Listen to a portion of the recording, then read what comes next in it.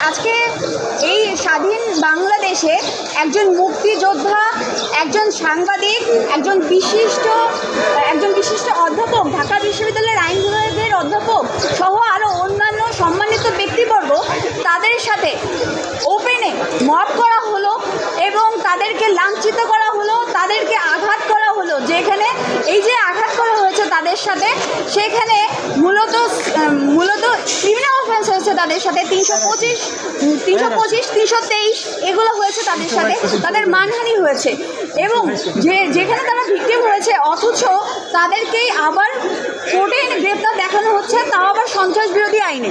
তারা কোনো ধরনের সন্ত্রাসমূলক কোনো কার্যক্রম করে নাই। বর্তমান বাংলাদেশের পরিস্থিতি এমন যে কেউ যদি মুক্তিযুদ্ধ নিয়ে কথা বলে তাহলে তারা ফ্যাসিস্টের দোসর হয়ে যায়, তারা ফ্যাসিস্ট হয়ে যায়।